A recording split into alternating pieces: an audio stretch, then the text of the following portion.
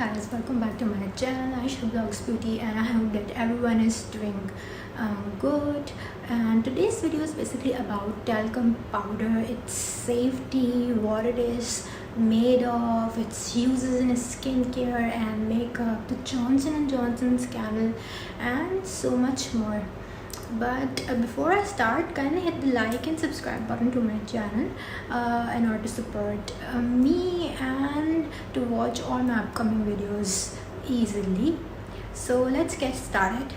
So what is talcum powder? Talcum powder comes from talc mines that are found in the earth crust, and they consist of calcium, magnesium, silicon and oxygen because it's basically a clay mineral.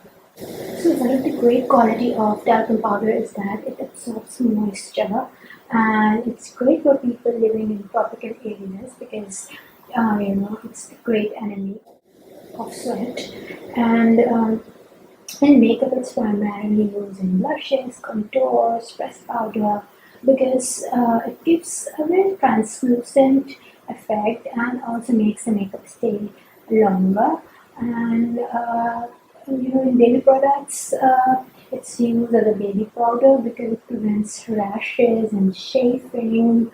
So these are the benefits of talcum powder because it acts as a barrier between the skin and the cloth.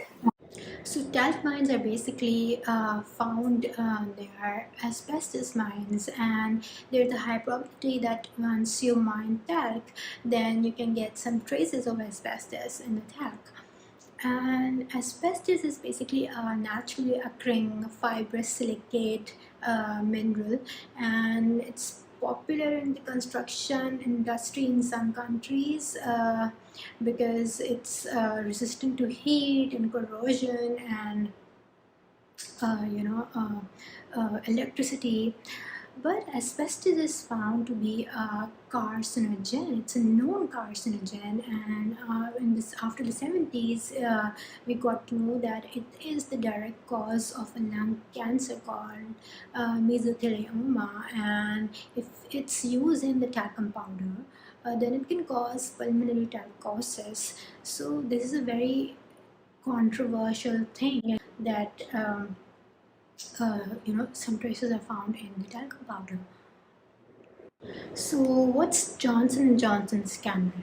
So 22 women who had ovarian cancer, they realized that they had been using the Johnson & Johnson baby powder. So they did a case on the company, and they won actually with the court awarding them $4.4 billion in the compensation. So it was established by the court that Johnson & Johnson knew about the traces of asbestos in the naturally mined talc and in the final baby powder since the 70s, but they didn't do anything, and they hid the information from the general public. And the majority of the women, they just used it, considering it safe because it's a safe baby product. It's marketed as a safe baby product, and that is one of the reasons that the court awarded them a big penalty of $4.4 billion. So after the decision, Johnson & Johnson withdrew the product entirely from the North American market. And on 11th August 2022, just last month, they just made an announcement that they are going to discontinue the talc-based baby powder from all over the globe and instead make a commercial transition to cornstarch-based product. So taking the opportunity, because we are discussing the harmful effects of asbestos, I would like to highlight another local housing scheme near Nazimabad called Naya Nazimabad, the new Nazimabad, which is basically the breeding ground of mesothelioma, because it was basically the asbestos dumping site of a paint company called latex paints. And what happened was that one of the chief engineer got mesothelioma. It is basically a type of lung cancer. And there's no cure of it, and he died as a result of it. And in 2013, his brother did a case on the company, but as usual, nothing happened.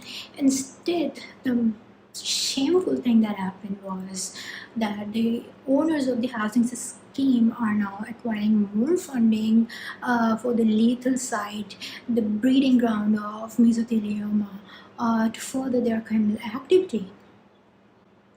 And it's also very shocking that asbestos is not included in the prior informed consent listing in Pakistan, and it's widely used in the cement industry, in the paint industry, and most of the workers are exposed to the hazards of asbestos in these industries along with the shipbreaking industry. And there's no account of how many lives are lost due to mesothelioma. So evidence in the Johnson & Johnson case of hiding the truth from public that there might be traces of asbestos in the talcum powder made it fall from grace, and the jury awarded it $4.4 billion in the penalty. It's much more than what Pakistan is getting from IMF program, and that also entrenches like $1 billion after meet certain conditions. So near Nazimabad, which is basically the breeding ground for mesothelioma and a dumping site of asbestos, imagine if there would be rule of law in Pakistan, what they would get. So is talcum powder safe to use? The final talc that we use is purified talc, and it's unlike the natural talc that has varying amount of asbestos in it, but it's advisable that you should avoid talc as much as you can, because it's not written asbestos free by any company, and the directions are written on the back of the label that you should not inhale it and you should not use it near the face. And one of the reason is that even 1% of the stock got asbestos in the product, then and if you get that product, then it's game over for you. So the companies, they cannot claim entirely that it's 100% asbestos free. I mean, they say it's so, but